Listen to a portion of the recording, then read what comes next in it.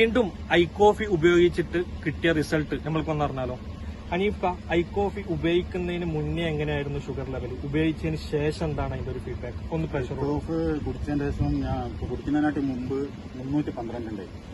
അങ്ങനെ ഞാൻ I coffee വാങ്ങിയിട്ട് 10 ദിവസം കുടിച്ചിട്ട് ഒന്നും കൂടി ടെസ്റ്റ് ചെയ്തപ്പോൾ 97 ഉണ്ട്. 97 പിന്നെ ഞാൻ കണ്ടിന്യൂ ആയിട്ട് ഓരോന്ന് കുടിക്കാൻ തുടങ്ങി. രാവിലെ മാത്രം കുടിക്കാൻ തുടങ്ങി. അല്ല മുമ്പ് രാവിലെയും വൈകുന്നേരമൊക്കെ കുടിച്ചോണ്ടുണ്ടായി. 10 ദിവസം കഴിഞ്ഞതിന് ശേഷം ഞാൻ രാവിലെ മാത്രം. ഇപ്പൊ എങ്ങനെയുണ്ട്? നമ്മൾക്ക് ഇപ്പൊ ഇംഗ്ലീഷ് മെഡിസിൻ ഉപയോഗിക്കുന്നുണ്ടോ അല്ല ഐ കോഫിയിലൂടെ മാത്രം ഇപ്പൊ ഓക്കെയാണ്? ഇപ്പൊ നിങ്ങൾ പിന്നെ എന്താ പറയാ, ഈ കൈകാല് തരിപ്പ്, മുട്ടുവേദന, അങ്ങനെ ഒരുപാട് പ്രശ്നങ്ങൾ ഉണ്ടായിരുന്നില്ലേ? അതൊക്കെ ഇപ്പൊ മാറി. കൈകാല് കടച്ചല്, മുട്ടുവേദന, പിന്നെ മേലും കഴിയുമ്പോൾ അതിപ്പോ എല്ലാ ഷുഗറിനെ സംബന്ധിച്ചിട്ട് എല്ലാ വേദനയും ഇപ്പൊ കുറവുണ്ട്. പിന്നെ ഇപ്പൊ പ്രശ്നമൊന്നുമില്ല, എനിക്ക് അങ്ങനത്തെ ഒരു പ്രോബ്ലം ഒന്നുമില്ല. ഐ കോഫിയിൽ ഇപ്പൊ 100% ഓക്കെയാണ്. പിന്നെ ഇംഗ്ലീഷ് മരുന്ന് ഞാനിപ്പോ നിർത്തി.